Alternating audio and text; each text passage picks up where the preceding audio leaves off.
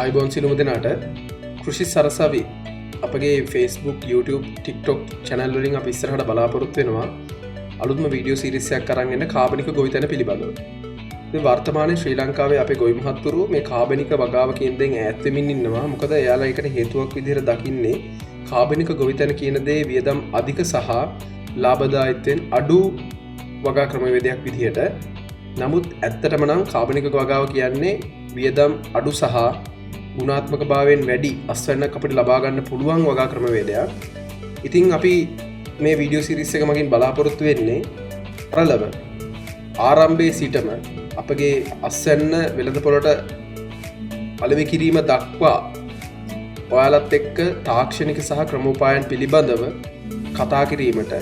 ඉතින් ඔයාලා අපේ YouTube, Facebook, TikTok channel එක එකතු වෙලා ඉන්න. ඉදිරියේදී ඔයාලට පුළුවන් මේ වීඩියෝ සීරීස් එකත් සමගම සම්බන්ධ වෙලා ඔයාලගේ මේ දැනුම වැඩි කරගෙන මේ කාබනික වගාව නිසියාකාරව සිද්ධ කරන්නේ කොහොමද කියන එක ගැන අවබෝධයක් ලබා ගන්න. සියලුම දෙනාට ස්තුතියි.